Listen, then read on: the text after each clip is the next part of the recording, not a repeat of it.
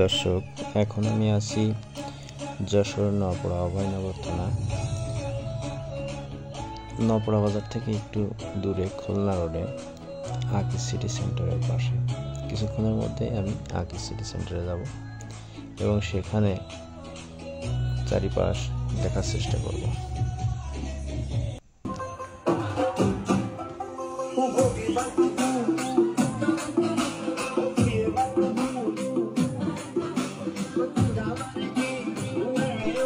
Akij group বাংলাদেশের একটি বৃহৎ শিল্প প্রতিষ্ঠান, যাদের সারা বাংলাদেশ সহ বিশ্বের অনেক দেশে ব্যবসা রয়েছে।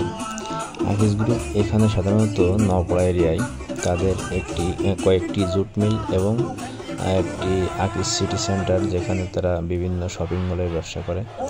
এছাড়াও একই সাথে রয়েছে Akij ideal school and college. তো আকিজ সিটি এখানে কিছুক্ষণের মধ্যেই আকিজ জুট মিলের শ্রমিকদের ছুটি হবে। সামনে দেখা যাচ্ছে যে প্রচুর শ্রমিক একসাথে এখন বের হবে এবং আরেক শিফটের শ্রমিকটা ভিতরে ইন করবে। তো আকিজ গ্রুপ দক্ষিণবঙ্গের জনগণের কর্মসংস্থানের ব্যবস্থা করেছে, প্লাস এই অঞ্চলে অনেক বেকারত্ব দূরীকরণে সাহায্য করেছে।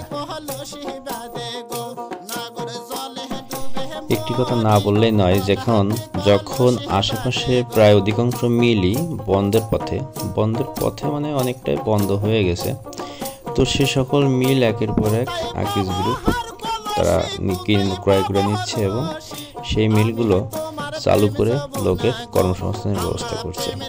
তো একটা জিনিস ভাবার বিষয় যে যেখানে অন্যান্য কোম্পানি বা মালিক বা সরকারি মিল লসে মিল বিক্রি করে দিচ্ছে, সেখানে আকিজ গ্রুপ তারা কিন্তু সেই মিলগুলো ক্রয় করে তারা মিল চালু রাখছে এবং ব্যবসা করছে। অবশ্যই ব্যবসা না হলে তো মিল চালু রাখতো না। তো এখানে বিষয় যে মালিকানাধীন মিল আসলে চলছে বা চালাচ্ছে আকিজ গ্রুপ, কিন্তু সরকারি মিলগুলো একের পর এক বন্ধ হয়ে গেছে।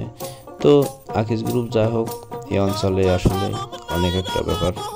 এই অঞ্চলে মানুষের কর্মসংস্থানের ব্যবস্থা করেছে। মজুরি হয়তো বা একটু কম, তারপরেও মজুরি কম হইলেও যা হোক কাজের ব্যবস্থা তো হচ্ছে। আর এছাড়াও আকিজ গ্রুপের এই অঞ্চলে আরও অনেক কিছুই আছে, যেমন আকিজ গ্রুপের অনেক মসজিদে তারা অর্থ দান করে থাকে। এছাড়াও স্কুল কলেজ এগুলায় অনেক উন্নয়নমূলক সেবা দান করে থাকে। মিল এরিয়া পার হয়ে যাচ্ছি, সামনেই অভয়নগর থানা অবস্থিত। তো আসলে এই পথে যাওয়ার পথে ভাবলাম একটু ভিডিও করি, তো কৌতূহলের বসে এই ভিডিওটা করা।